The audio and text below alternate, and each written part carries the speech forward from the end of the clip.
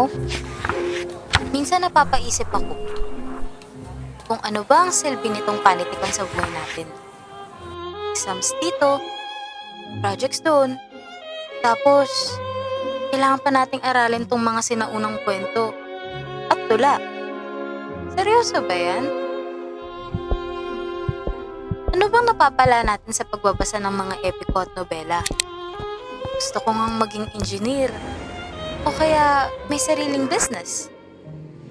Paano to magkoconnect sa blueprint ng building o sa financial reports ng kumpanya? Parang ang layo, diba?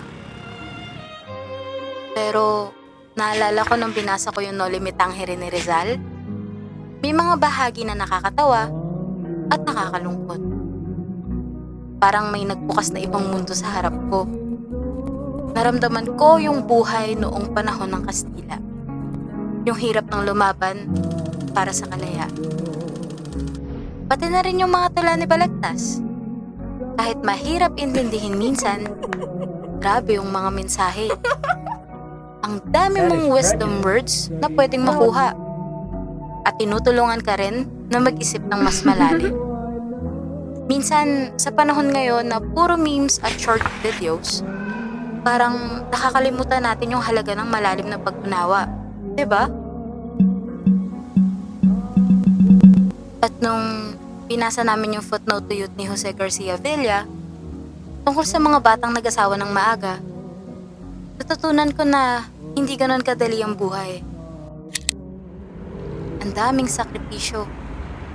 Natutunan kong kailangan mong maging praktikal sa lahat ng aspeto ng buhay.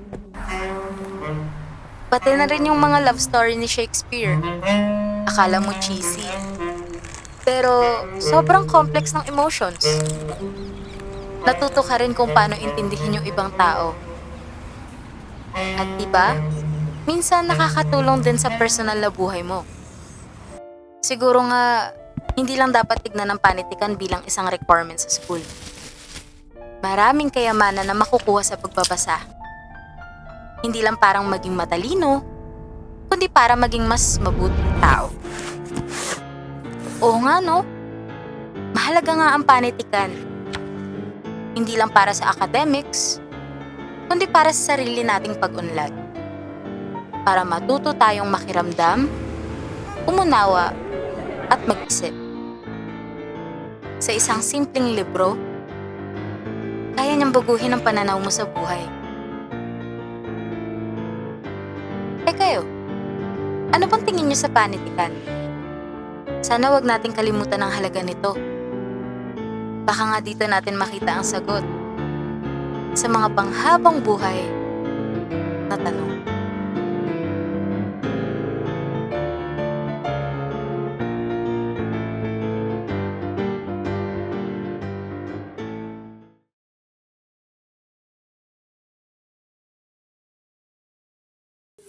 Uy, ano yan?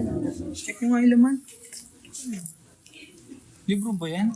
Libro nga ba? Check nyo nga. Tignan mo nga pa, ano? Anong libro yan? Tignan mo, pare ko. Ano to, about sa Pilipino? Kung ang ganda ba sa'yo na ito, par? Ikaw, tignan mo. Ang ganda yan. Kasi, Ipat mo, mukhang ano.